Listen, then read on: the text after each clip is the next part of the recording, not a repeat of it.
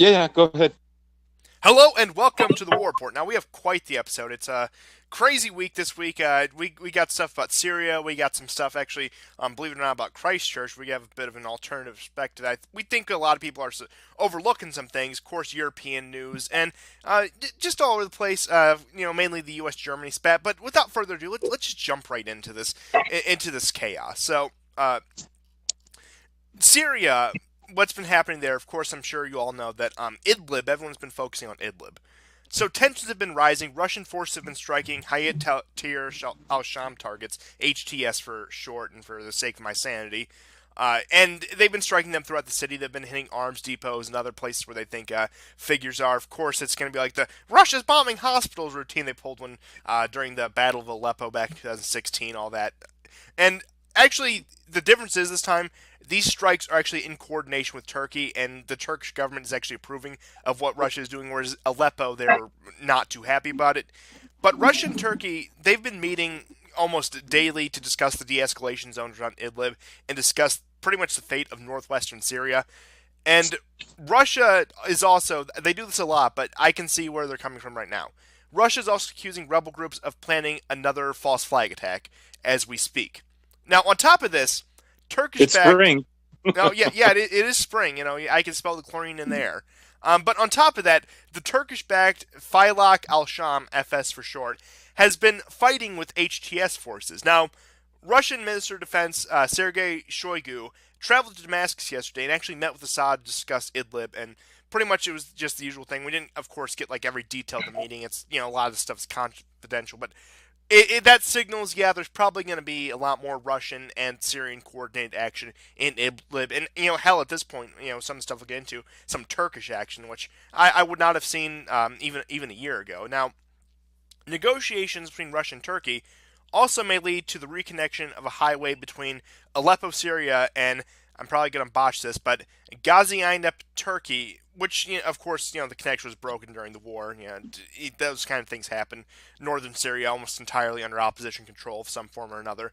But that would require crossing into Kurdish-controlled territory to reconnect that highway in northern Syria. Now, on top, because of that, the SDF, the Syrian Democratic Forces, Democratic Force, whatever, pretty much the Kurdish forces, have also been showing their teeth lately, saying that they will respond to any attack um, by the Syrian forces after the Syrian Minister of Defense said that they will reclaim any territory under the control of the SDF and any other opposition group using force if necessary. Now, this is a change of tone of the negotiations over the past few years, over the past, I would say, year or so, between Kurdish forces and the Syrian government. However, both sides, even after their statements, still showed openness to dialogue. Now, this is where I get kind of disappointed. It's also heavily speculated that 1,000 U.S. troops will be remaining in Syria as compared to the previous estimate of 500, which was up from 200, which was up from zero. And again, God knows how many mercenaries are still crawling around Syria. Probably thousands upon thousands. Now, with all What's this, 2,000 troops? oh yeah, what's 2,000? No, it's nothing. They can take on the entire IRGC. That's what the neocons told me. I'm inclined to believe them. I mean, 3,000 is not really that much when you look at it. Are you crazy? 4,000? We need at least 5,000. Oh yeah, it's 6,000. What? Come on, we need at least seven. But in all seriousness, with all the speculation, I'm starting to believe my theory that if there's a false flag attack, if there's any action against Syria over the next month or so, it'll be targeted and intimidating Turkey, and just because of the cooperation. I mean, even at this point last year, Russia and Turkey, they were on better terms, but it was not to this level. Oh, yeah. As we discussed in the previous episodes, Turkey is behind Russia and China with regards to Venezuela. Something that I think even last year might have seemed unbelievable. Uh, I I think they sense that perhaps America is in too much disarray right now. I mean, let's not forget that there were two different controlled fighting groups, both by Americans, but different factions Yeah, within. Pentagon versus CIA rebels. Yeah, yeah, That's what it was. exactly. So in a way, but like there's a fracturing that's happening at the highest levels. It's not just culturally. Oh, absolutely. And again, it goes back to they know, especially now coming up into a year before election year, the most America is going to be able to do is just throw some more missiles, maybe drop a few bombs, from some aircraft carriers. That's the most the America is going to be able to do, unless they get a really good, really convincing false flag that would actually have to lead to harm to American citizens, probably on American soil. Which again, that's reaching very far. Other than that, yeah, we're probably going to lob some missiles at Damascus and call it a day. And Turkey knows that, Assad knows that, Russia knows that, and again, it's a major victory for them. Yeah, I mean, short of like a massive kill of American troops, I don't see any kind of meaningful escalation. And I will say It this. I will doesn't say mean they this. wouldn't. It doesn't mean they wouldn't do that. Although the last time something like that happened in the Middle East was during Reagan's terms, and it was something of the order of 250 plus Marines, but they left the base entirely. This was in Lebanon. Yeah. Uh, would I mean it would, in my opinion, it would take something of that magnitude. And you took the words right out of my mouth, the whole Lebanon thing. Like I said, I think if American troops, there was a mass casualty event of American troops where hundreds died, there would be outrage from the American public in the opposite direction to get them out of Syria. That's true too. I mean, of course, we're going to hear from libcons and neocons to retaliate, but I think not just America, but the West, we're in a pickle right now. We're ahead of us are some very challenging times.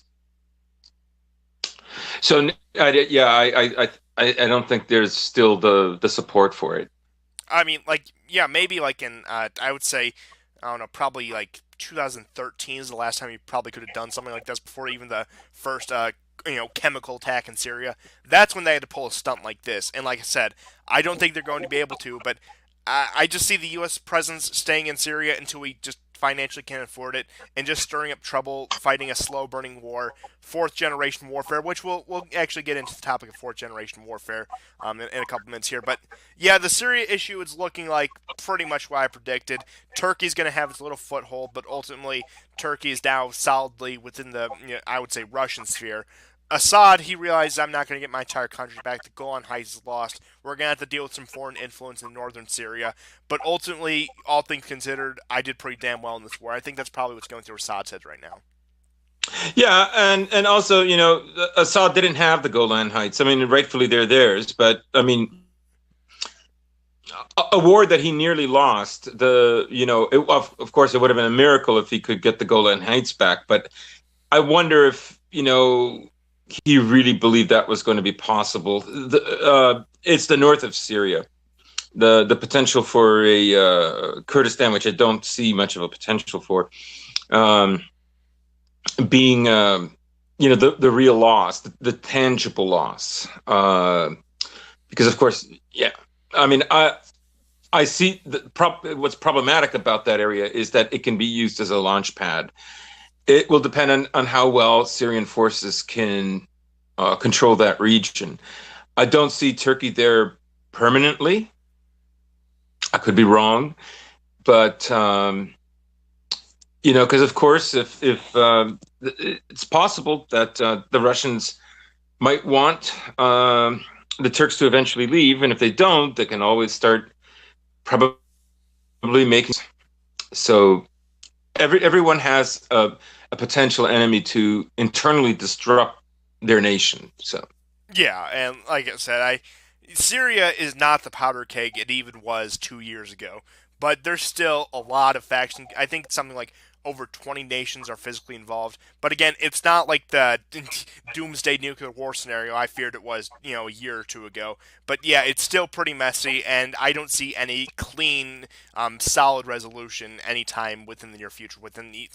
Hell, I'd go even as far as saying in the next decade. But with that, we will move on to actually some stuff about New Zealand, about the whole debacle in Christchurch. Now, I saw this headline. You actually brought some stuff to my attention I wasn't aware of, but this is the one I saw in particular.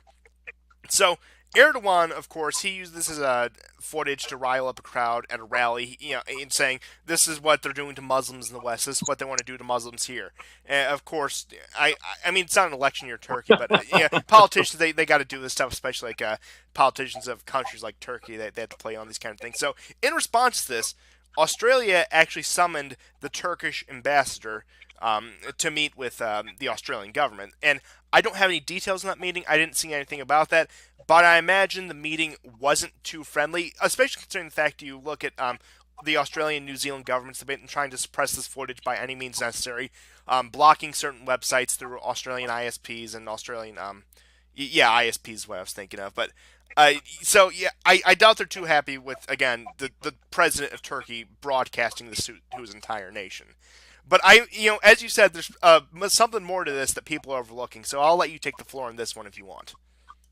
Right. The smoke hasn't settled, I think, on the attack in New Zealand, and there's a very good chance. Of course, we're never going to find out everything. I think most of our listeners probably are aware of Gladio 1 and Gladio 2. These were groups, sometimes individuals, that committed terrorist attacks, both in the West and in Ukraine. This would have been in the 50s, most of them. There's some very famous ones. I believe there was one in Milan at a bank. There was another one in Amsterdam at a fair. Another one in Belgium, I believe. There was a supermarket. So the whole point of strategy of tension, right, is you have geopolitical goals. There's certain countries you want to subvert. But in our time, where we have, despite the secrecy and the monitoring by our governments, the truth is still very much more or less an open society comparatively to previous eras, especially because of the technology. So you have a goal, and that goal is to isolate a certain country. That goal also involves escalating or accelerating a situation in order that in the end it fulfills more of a geopolitical role rather than an internal role. There are two goals, but one is maybe more important than the other. So the way I look at the Christchurch attack is that ever since, I saw a video, this goes further back than that, but I saw a video with Zbigniew Brzezinski on Bloomberg, and there was an article that they were referencing in the show from the year previously, from 2013.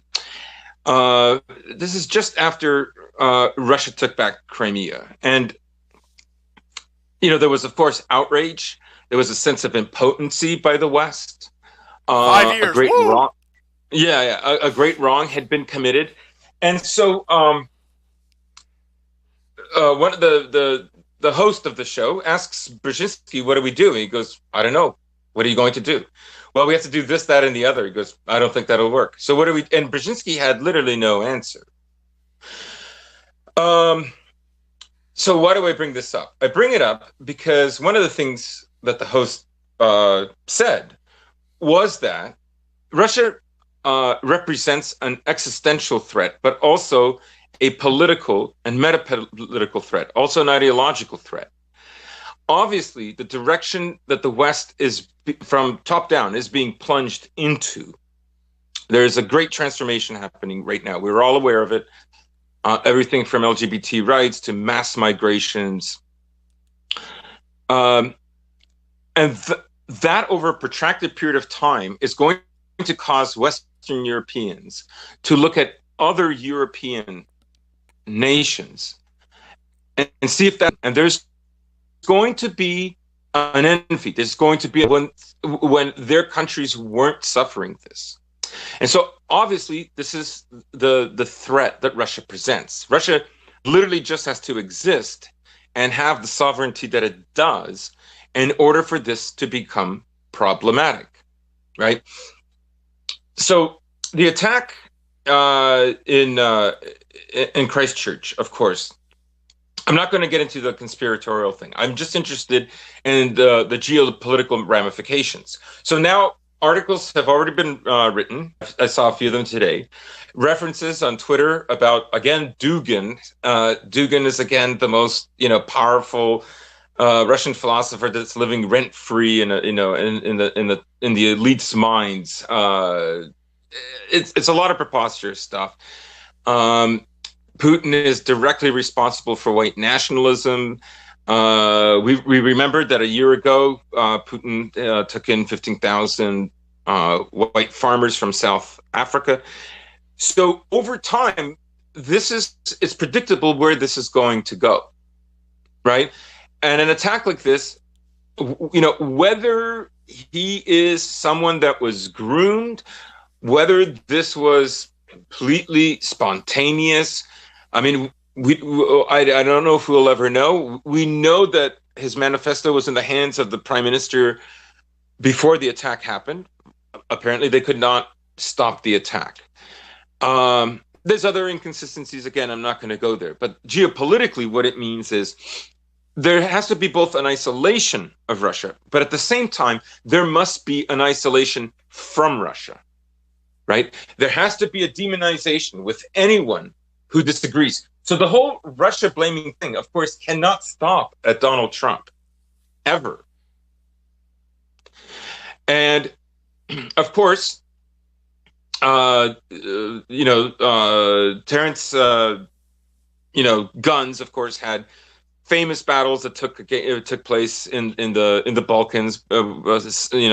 Various South Slav people fighting the Turks. Of course, Russians aided in that, and he's appealing to that. He's appealing to also the situation with what happened in Kosovo during the war, and so on and so on and so on. So this is actually part of what we would call the clash of civilizations, right? But this is where it was always going to go. This is what it actually looks like, right? So that's that. I just want to throw this part out for people to think about. That it's Russia both has to be isolated by sanctions, by say maybe military intimidation and so on, and at the same time, the Western public has to be shielded from them. Now, of course, this is a problem because if it's an open society, why do you have to shield the public from it? So we can see that it's actually the West is going on its own illiberal path, quite, for different reasons and for different ends than, one what might say about Hungary's illiberal democracy, or perhaps we could say the same to a degree about Italy or Poland. So we are seeing this kind of new wall going up between East and West. Anyhow, that's what I wanted to say. Oh, no, absolutely. I think that was very insightful. Probably said more about this than I probably ever could have. I mean, look, maybe it's because I've become so cold and callous to these things, but the first thing I thought when I saw the news about this, this is actually the first thing I woke up to on that day, and I went to bed early that night. It's an odd change, I know, but I thought, oh yeah, this is the future. This is fourth generation warfare, blurring the lines between the political, the military, and the civilian. It's all the same to these people. And look, you think it's just him, they think the same about us. We're going to start thinking the same about them. And again, this is the inevitable outcome of the past. I would say since the end of World War I, and I'll go that far. That's true. I would say the real heightening of this type of warfare begins after World War II. And the primary reason it comes about, besides, of course, the carnage, is that the possibility of the war escalating to a nuclear conflict, right? Shortly after Khrushchev gave Crimea to Ukraine, for some reason, Gladio stopped operating shortly after that in Ukraine. It's an interesting thing. Well, you wonder why. Like, why would that happen? And so, I also texted today that where we're escalating as a society, is that uh, someone there are going to be other attacks like this, and there's going to be even a glorification of it. Like I saw a wall painting of him as a saint, and not ironically, but like for lack of a better term, I said, this fracturing process is going to go on, and you know, we're going to see like an IRA developing in the West all over again as the only suitable means to politically negotiate, right? It always makes me think back to my much younger days in the I won't say when, but it wasn't the 2000s when I was reading Jean Baudrillard, and one of the things that always stuck with me was when he said that this system is total. There's only one thing that can disrupt it, and that's terror. So, the surprise, the spectacle, the ability to foment fear, right? To change the psychology of a people. So, you could say nuclear mutually assured destruction has pushed fourth generation warfare into this direction. That is mainly psychological. Oh yeah, I mean, hell, just the mainly psychological thing that comes from the mutually assured destruction himself. This is the I suppose you could say intellectual offspring of that. So is anyone really surprised if it happens? And honestly, that's why I know it's never going to happen. But that's why I'm a proponent of complete nuclear disarmament. Because if we got that, traditional wars, especially with modern weapons, they would be bloody. But again, they would be less often. The threat of force would still exist. I mean, for example, you actually have this between Iran and Israel. Iran doesn't have nuclear weapons, but Israel doesn't want to start a war with them because they know it would be more trouble than it's worth. So the balance of power can exist without nuclear weapons. I don't know why a lot of people see that. But, when the conflicts do happen, they're going to be bloodier. But, yeah, I would rather have the bloody conflicts than have the blurring between civilian, political, and military. Maybe that's just me. Yeah. I mean, I see what you mean. But in a way, nuclear arms very much are like the introduction of guns. That is, they create a leverage that's so enormous that for lots of countries who aren't as developed, this becomes, in terms of threats, a bargaining tool. Oh, absolutely. So I mean that's why basically that's their purpose. Now, moving on from that quite in-depth discussion, let's talk about something completely unrelated. But Jair Bolsonaro, I believe this was actually his first foreign visit. He traveled to the United States and, of course, met with Trump. Now, this meeting would have been a lot cooler a few months ago before Trump was completely compromised. It would have been cool to see them together. But now I just see somebody who's somewhat effective governing their country and somebody who has their hands tied completely behind their back. Now, I have mixed feelings on Bolsonaro. I've made this clear, but overall, I think he's a better and more effective leader than Trump. My two biggest criticisms are, number one, first and foremost, his stance on the environment. Again, if he changed that, I would even tolerate the Zionism. And, of course, number two is his very Zionistic leanings. They don't sit well with me, but they're not a deal breaker. The environmental thing, it bothers me too much. Maybe I'm being a bit ridiculous on this, but the way I justify it to myself, it's like, yeah, I doubt any of the people who claim to be pro-environment in Brazil would really do anything anyway. But yeah, like I said, if he came out tomorrow and said save the rainforest, I would be like, please come here and be president. Now, it was a routine, it was a routine diplomatic visit, but Trump did try to rekindle the flame against Venezuela, which he hasn't done in a while, but it was a pretty weak and pretty an obligatory attempt to make John Bolton happy or whatever. But it's interesting because Bolsonaro didn't really seem receptive to this. And I think, especially considering the fact, Brazil, Venezuela, they share a border, I think he's looked in the situation, looks at the intelligence he had, and really considered the situation and realized that action in Venezuela would lead to a lot more problems than it would solve.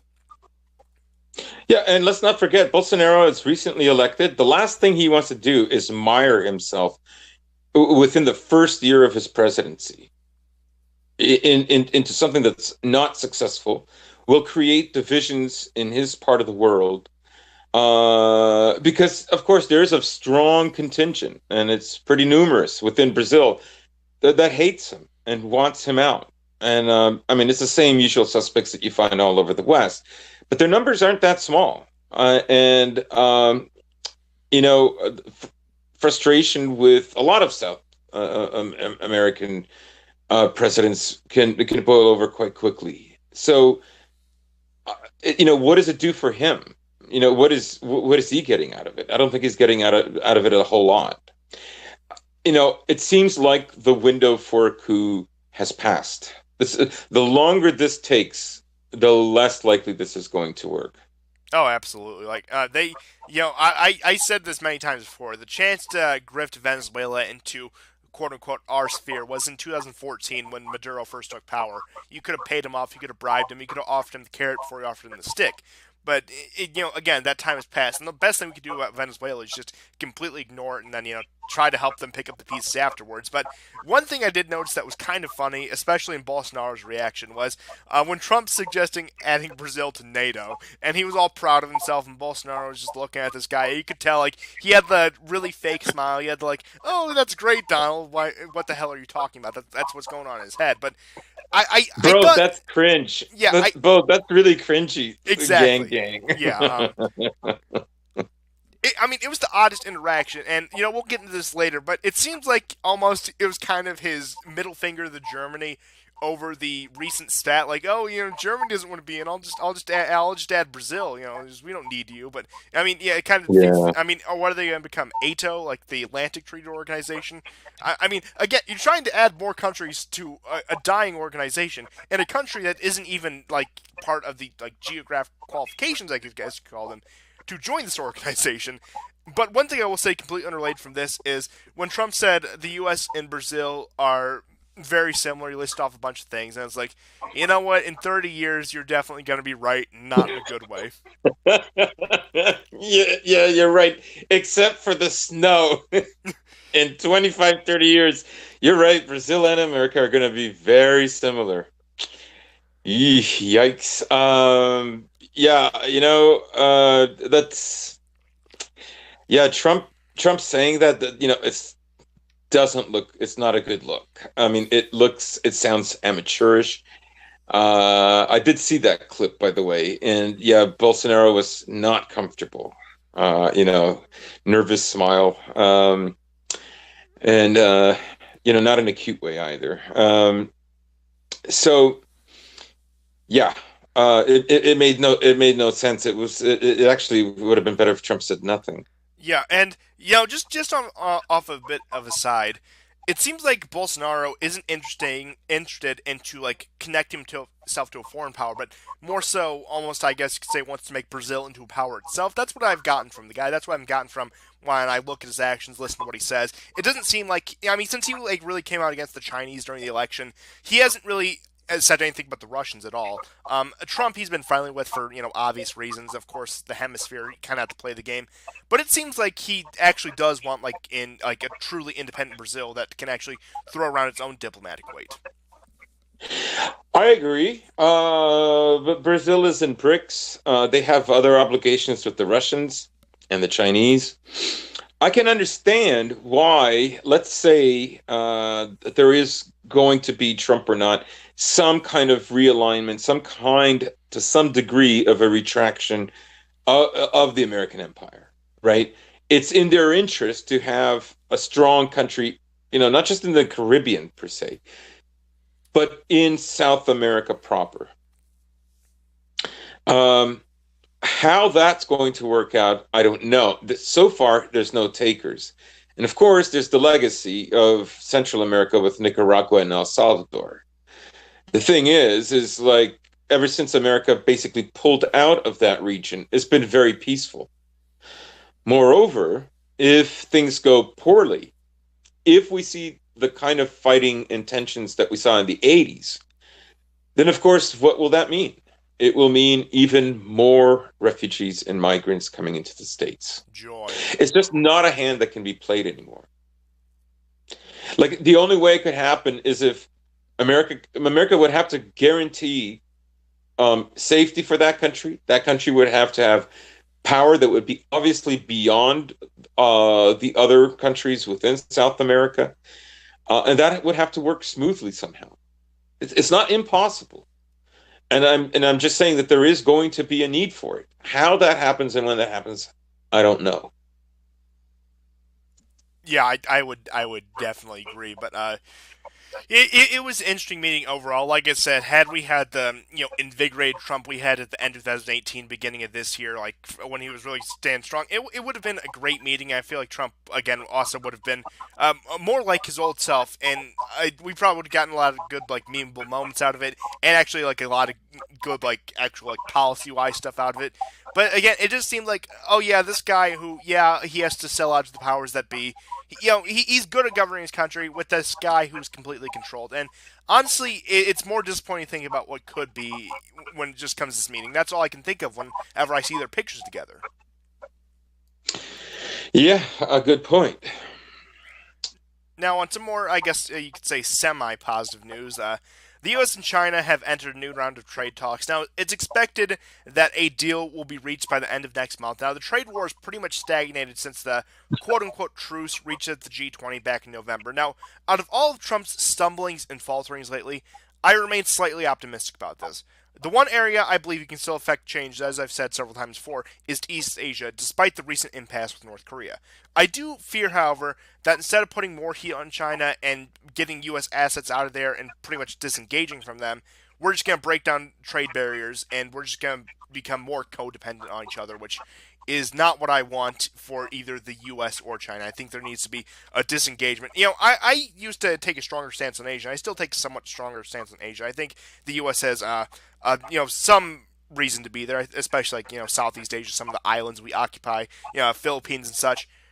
But I think again the U.S. really needs to start looking inward and maybe a little bit south. I know like you just went over, but yeah, I think we really need to start looking at ourselves in the mirror instead of trying to again manage the world because things are not going to be pretty over the next few years. And I don't again when that happens, I don't want to be codependent on another nation, especially China. Right, and Chinese have tremendous influence within the U.S. and Canada as well. I mean, of course, it's infamous. Everybody knows in Canada just the amount of property that they own is enormous, and that plays a significant role in terms of influence over our policies and politics. So, yeah, I don't know if the disentanglement can happen. I don't know if to that end this will accelerate the need for automation, because ultimately, what Western companies who have factories in China want is cheap and competent labor. You could move some of those companies out. I think, however, that once you get into the Pacific Islands, right? I don't feel that those companies are feel that the competency of the work will remain the same, Yeah, I mean, or that the infrastructure even exists right now. yeah, they're even apprehensive to move like into Vietnam and India at that, and Ex- like those are like right, two of the higher ranked ones compared to these other nations. right, and countries like Australia are, of course, completely off limits because wages are too high. Yeah, so yeah, it might be a robot overlord to save us from Chinese influence. Who knows? I mean, honestly, but again, I'm happy that Trump's at least getting some progress somewhere. But like I said, I Yeah, want to take the more. Look, we need to get out of this weird tango we've been in China with for the past 40 years, and it's not benefiting us. And to them, it's an odd relationship where it's both the greatest thing and the worst thing in the world. Then I mean, I could do an entire show on that, but um, I just thought that it was interesting to mention. And again, hopefully Trump hmm gets at least like a marginal victory out of this. And you know what? Even if that happens, okay. But I prefer the wall. I would prefer troops out of Syria. But yeah, if we can work out something with Chinese trade, so be it. But speaking of China, I do have some news actually relating to Italy. So Italy has been pivoting back and forth between the U.S. and Russia, of course, and now they're adding China into the mix. Now, this should come as a shock to absolutely no one. In fact, I predicted this as Italian EU relationship worsens. Italy would seek help from the outside power. Now, I expected the Russians to be their first choice just based on especially Salvini's comments and some of the comments coming out of Five Star and Conte. Followed by the Mhm. U.S., you see Salvini. I mean, more so when Trump, I would say, had more control over his administration. Salvini was very pro-Trump. He was very like, "Oh, you're great," and of course, you'll all remember the parade they had in Italy with the God Emperor Trump thing. But I did not expect China. I did not expect them to turn to China. But I can't. I also can't say I'm not surprised by this. Now, the pivot to China seems like a move by Conte and the Five Star movement because Lega and Salvini picked up on U.S. concerns, and now they're pushing to try to restructure an agreement they're trying to make with China because they want to cut out anything doing with data sharing, 5G networks, or strategic infrastructure. So it seems like they're really trying to get the best of both worlds out of this. Seems like, especially like Salvini is like, look, I have no problem working with the Chinese, but we have to lay down some certain things. I imagine, of course, to appease the overlords in Washington, but I also imagine someone like Salvini doesn't want that much foreign influence in his country, especially looks at some of these other countries China has invested in, hasn't necessarily worked out the best for them. Yeah, I mean, considering the pressure, I think Salvini's doing a great job. Also, you can see that the move. This is slightly off topic, but people know that there was an attack that took place today. A Senegalese man took a bus filled with children hostage and set it on fire. I mean, it's just insane. However, Salvini was on a news program and he's talking to the host, and the background is this gigantic image that's well over 10 feet high, well over 20 feet wide of the burnt out bus. Now, those optics are very strong. And to me, what that seems to be demonstrating is you know, he's not cucking, he's not backing down, and he's managed to create a certain amount of clout and influence that something that would have seemed unthinkable a few years ago is now possible. Oh no, I know what you're talking about, and it's pretty much him standing in front of a mural of what neoliberal was neoliberalism leads to. Apparently, I had a stroke there. Pardon me, but he's standing in front of that, and it creates the perfect contrast. Like, this is what you get under the globalists. This is what you get under the liberals. This is what you get under even the so-called conservatives. Or you could side with me, you could side with the nationalists, you could side with the people who want to look eastward for other partners. And so I think, again, it's interesting because it goes back almost to that fourth generation warfare thing where the political, economic, civilian, and military all become pretty much one thing. Yeah, yeah. Very much so. There's a confidence by him, and it's obvious. Of course, Nico Solo loves him Oh, yeah. on Twitter. I love his affection for him. That in itself is endearing. But I think he's a shrewd man, and he knows how to be tough and pointed when he has to be.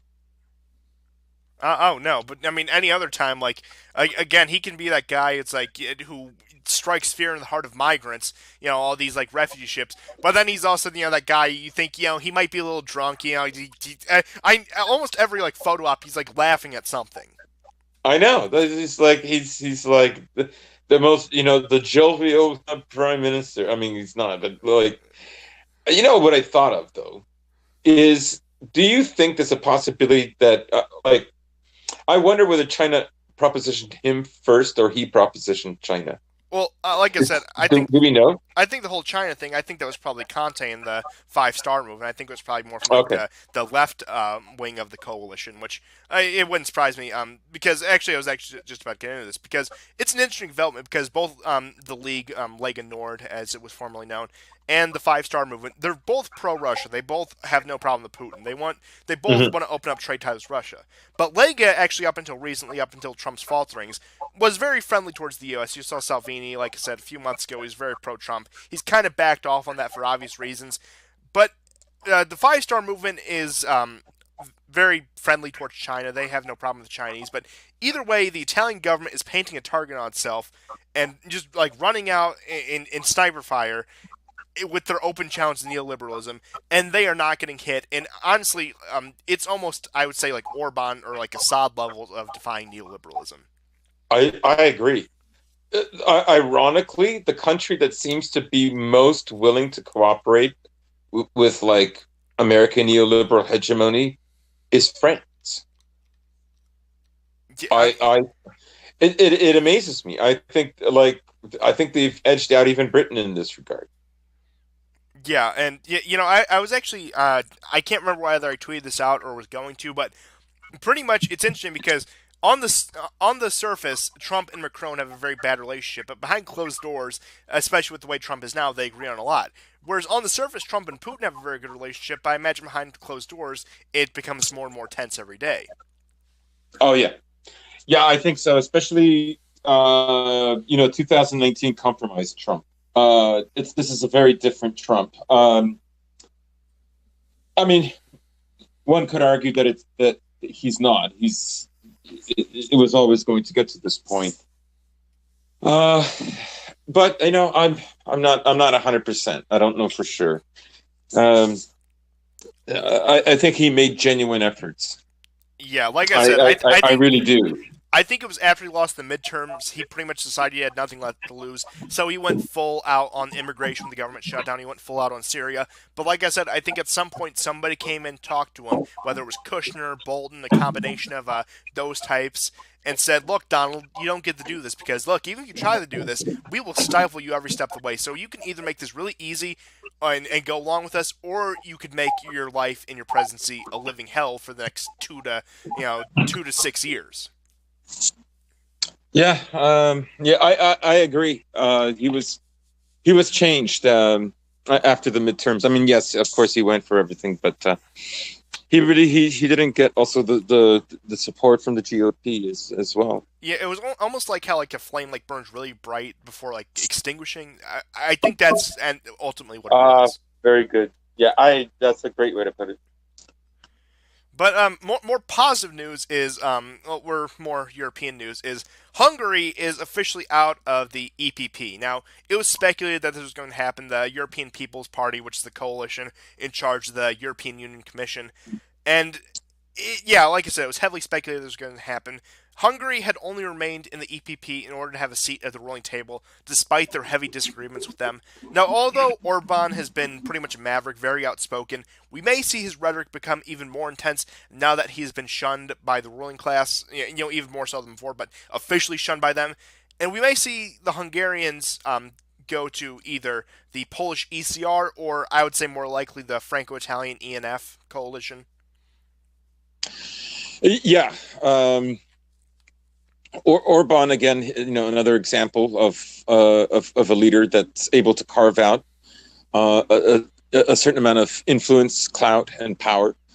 Um, yeah, that's very interesting, and I guess we will get into it later, but you see, even to some degree, similar things happening with Germany and Nord Stream.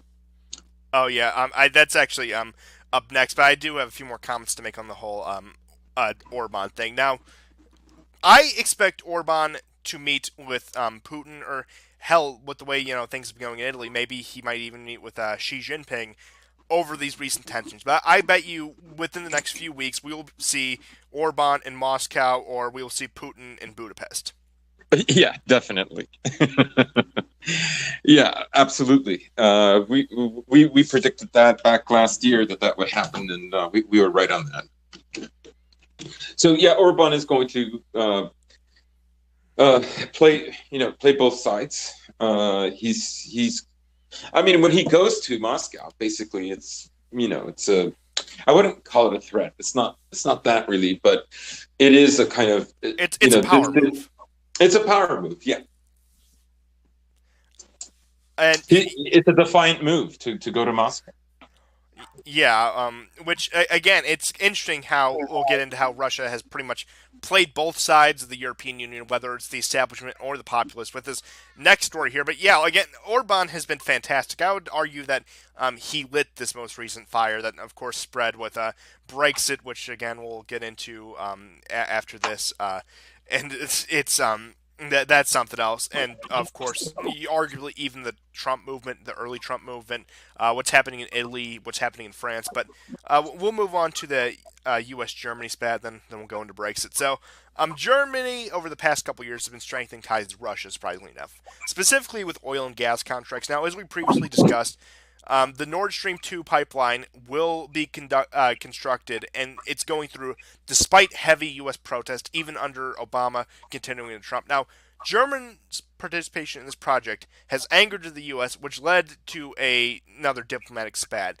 This is nothing new, however. Throughout the 2010s, German-U.S. relations have been very much on the rocks. Now, the most notable example that comes to my mind when this pretty much really started is when it was leaked under Snowden in 2013 that the NSA was spying on Merkel's private phone.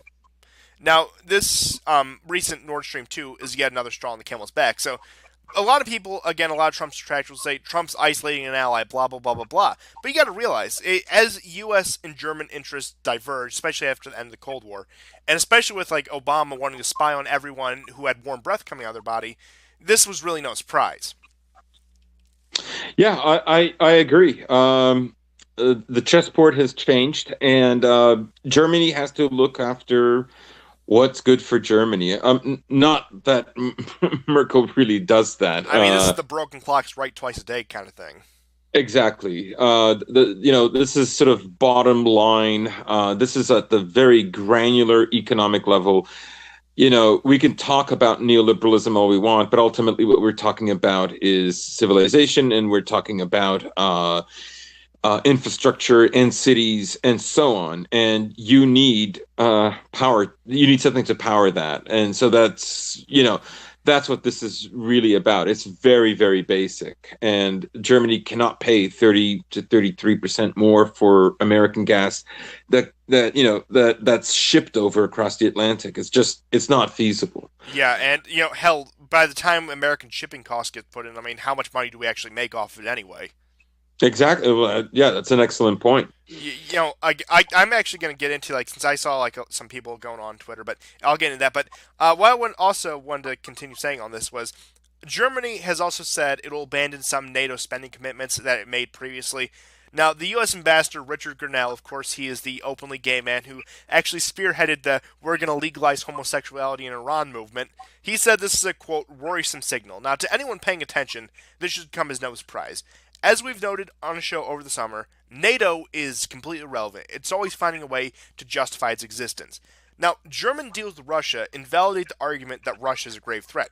If Russia is a grave threat, why are you making yourself energy dependent on them?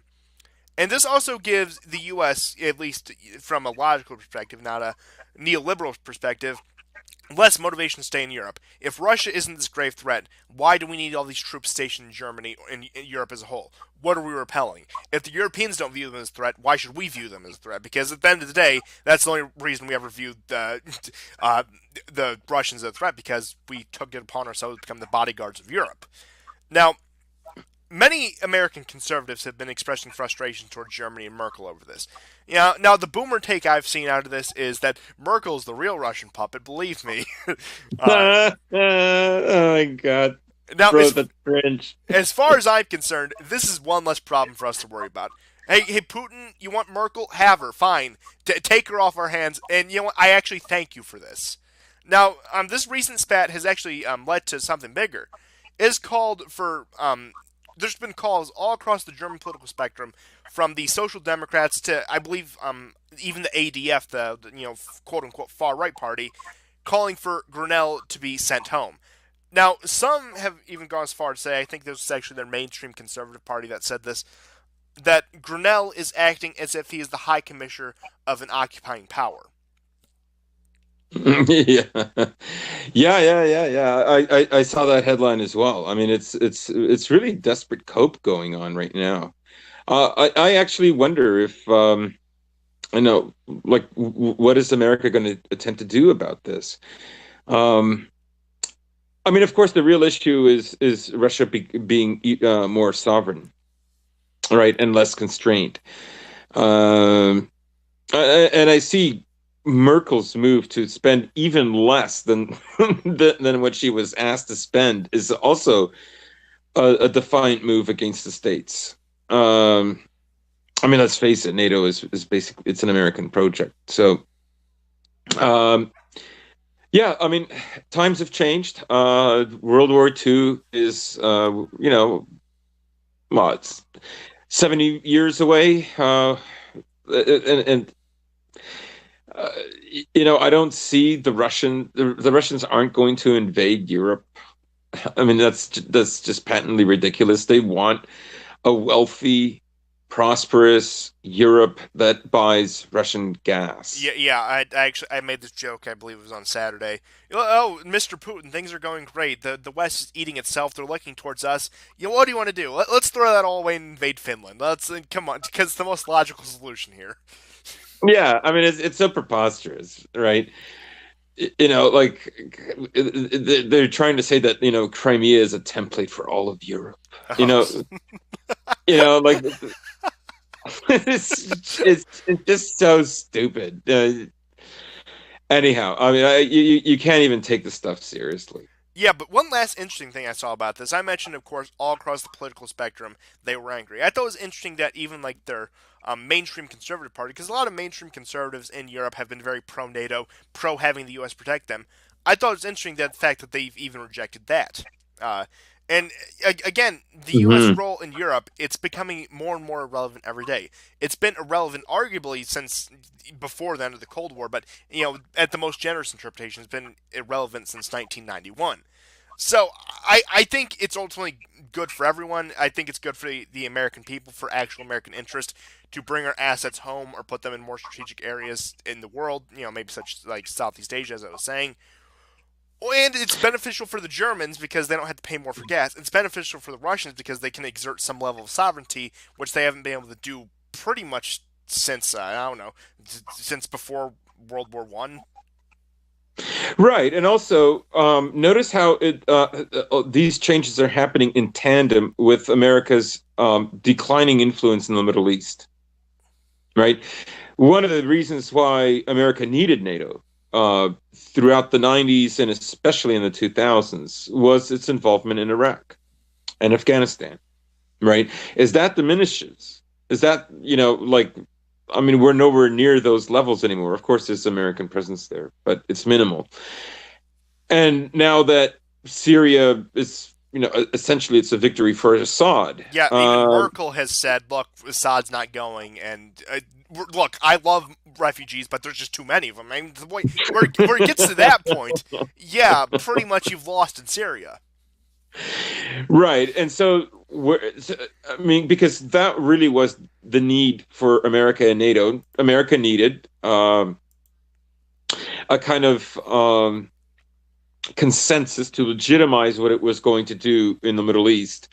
That backfired enormously. I mean, historically, they're going to look back at this as literally one of the worst mistakes a nation could ever do. And I mean, that's already the consensus with many. So now that the Middle East, American involvement in the Middle East is no longer at that peak level that it was in the 2000s. What's the point of it? Oh, absolutely. And it's interesting that you say that because 16 years ago to this day, the invasion of Iraq begun. Like I said, we're sitting here less than 2 decades later, and the world has changed this much. That should put things into a lot of perspective. Right. Yeah. Now, I just have a couple more smaller stories I want to finish off with. Now, so Crimea, again, speaking of anniversaries, it's been 5 years since their ascension and not annexation into Russia. But on Monday, there were reports that Russia deployed strategic bombers to Crimea in response to the U.S. moving missile defense systems into Romania. Now, these statements have been denied by the Defense and Security Committee of the Russian Parliament and several other Russian government groups. Now, why were these statements made in the first place? It could have just been paranoia. They could have, they could have thought, oh yeah, we actually did move the bombers there in response to the U.S. moves in Romania. It may have been projection. It may have been, oh look, we have those bombers there, and then the U.S. found that we didn't, so they, quickly retracted. Or it may have just been a genuine mistake. We gotta look at that. But one thing is for sure, it's not so much about the bombers or the missiles or the anti-missile systems or the tanks or the troops in Europe. It's about the rhetoric. That's what this one story proves. That's why I even put the story in here. Yeah, I think it's a very good point to say that it is, about the rhetoric, and this rhetoric has been heightened ever since both Crimea, the war in Ukraine, and Syria. Although on a gradual level, I don't see the states being able to achieve what it is that they want to achieve, both in Russia and in Ukraine. Oh yeah, I mean they don't even have the will amongst the American people, and even some of the neocons. They may talk a big game, but I think your Marco Rubios, I think your John Boltons know that at the end of the day that they're parroting a dead ideology and that they've lost. Yeah, I would agree, and it's important that you brought up the ideology part, because no one at this point even believes in the ideology. Oh no, Um, it's just something they say so they can get kickbacks from their defense industry buddies or whatever lobby they're supporting.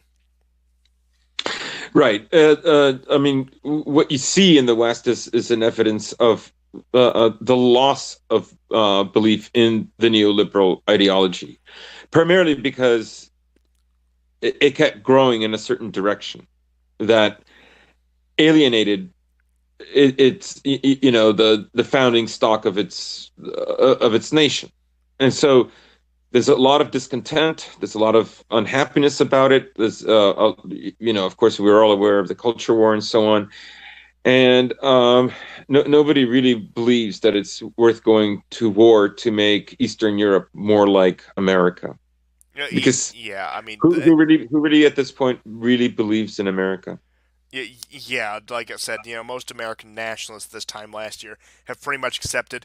Oh yeah, maybe we should be looking towards more at our states or balkanization or getting out of here. I mean, that's what the points come to. That yeah, America has really overplayed its hand, and you know what? I hate to say it, but it's looking more and more like a failed project. And best case scenario, we're Brazil in 30 years. But I want to finish off with a bit of a story that pretty much took everyone, including myself, off guard. Not that it's really of any major significance, but it's still interesting nonetheless. So, after nearly 3 decades in power, Kazakhstan's only president ever, Nursultan Nazarbayev, has resigned. Now, he is, however, maintaining his permanent position on the Security Council. Now, I don't believe this was a coup or any attempt at the regime change on the West's part. Nazarbayev, we have to consider, the man is 78 years old. He's been doing this for almost 30 years. He probably just wants to take a back seat and enjoy the final few years of his life. I mean, the average Kazakh man, I think I looked it up last night, lives to be 72. So he's already over the average. He probably wants to take this, enjoy his last few years, and not have to worry about running a country, especially I, Kazakhstan. Now, right. I mean, he yeah, basically wants to go horseback riding and falconry. Like probably. I had to include that. Of course, of course. But yeah, you're right. 78. Yeah, I don't think there's anything conspiratorial about this. I don't think there's anything nefarious about this. He's just retiring. Now, Hello? hello? Yeah, I'm still here. But now, what his successor is, his successor, I can't remember his name off the top of his head, but it's pretty much a party loyalist, pretty much his vice president. Yeah, it's not the exact term, but the guy who's taking powers pretty much believes in the same thing, pretty much still very in with Russia, and he's going to hold power until the election next year. So he's pretty much an interim president. Now, although the U.S. has been creeping in Central Asia, like I said, this doesn't seem like a color revolution at all, or pushing at removing a pro-Russian government. But he is the only president Kazakhstan has ever had, and pretty much the only leader who's ever ruled over this unified Kazakhstan, because they were pretty much a tribal group by the time the Russians marched in. So him leaving office is bound to create instability. So I imagine we're going to see a lot of propaganda coming out of Kazakhstan, Central Asia in general. You're going to see the U.S. pushing something. Oh, human rights abuses. Oh, they don't like gay people. Oh, they don't like X, Y, or Z. Oh, they're abusing some ethnic minority. Russian influence, whatever. I don't think it's going to be successful, but expect a lot of artificial focus on Kazakhstan over the next few years. Yeah, you know what's in store for Kazakhstan. I don't know. I mean, it's a very very important partner for Russia. That's for sure. I don't assume that, I don't think the West is going to get its foot in there in any kind of meaningful way that will undermine Russia. Yeah, like I said, it's pretty much a single party state, pretty much still ruled by old Communist Party holdovers from the fall of the Soviet Union and the successors that they've groomed. So it seems like even though, again, any leader leaving office, even legitimately, even stepping down, even just the transition of power between legitimate elections, is going to just create instability in general. I mean, you see it in the markets, like when Trump took office, or like when any president takes office, there's always some shift in the market. So again, I wouldn't read too much into it, but expect some weird propaganda stories. Expect some just really dumb Western media kind of things coming at Kazakhstan, or saying that there's too much Russian influence there, or pointing some finger at the Russian population there, because it's most likely going to be happen. I mean, that's the whole Brzezinski thing. You have to stay in Central Asia if you want the liberal world order. You got to contain Russia. And again, I don't think it's going to amount to anything, but it's still an interesting story nonetheless, at least to me. Yeah, I know, I agree. It doesn't mean that America isn't going to try, the West in general isn't going to try something, but um, you know, Russians, and there was a sizable Ukrainian population there too. They've been gradually moving out of Kazakhstan. So Kazakhstan is more Kazakh and more Turkic and Asiatic than it's been in a long while. But like I said, they have a very strong partnership and an interdependence with Russia, including migrant workers, by the way, Yeah. workers that are on like a 1 year visa and so on, right? Um, it's a country that wants, definitely stability, and I don't see the need. I don't know what it is that America could offer them. Yeah, and there's not even like any like real nationalistic tendencies they can play on. Like for example, how they did in Ukraine. Like, oh, look how the Russians have treated you throughout your history. They played that, of course. But again, there's not really much they could play on that in Kazakhstan, considering the fact it was just Central Asian tribal people they conquered, and who really don't have much of an identity beyond that, even amongst themselves. I'm sure, like of course, I don't mean to insult any audience we have in Kazakhstan. I imagine there's one or two of you, but yeah, maybe you're part of the Russian population, so you don't care. But yeah, like I said, nonetheless interesting. And yeah, I think that's an odd note to end it on, but when have we ever ended the show on a normal or sane note? When has the show ever been normal or sane? Isn't that the entire point of the show? Isn't that why I've been doing this for, in fact, over a year now? I know the episode numbers doesn't match because I'm a slacker who took a month off, but point being, thank you all for tuning in. This will be Thursday by the time you see it, but today is March 20th, 2019, 16 years since the start of the Iraq War, and look at the way the world has shifted now. That's why I want you to sleep on. I want you to think about that for the rest of the night, because it's just insane, even to me, someone who doesn't even remember the start of the Iraq War. So, see you guys next time, and goodbye. Take care, guys.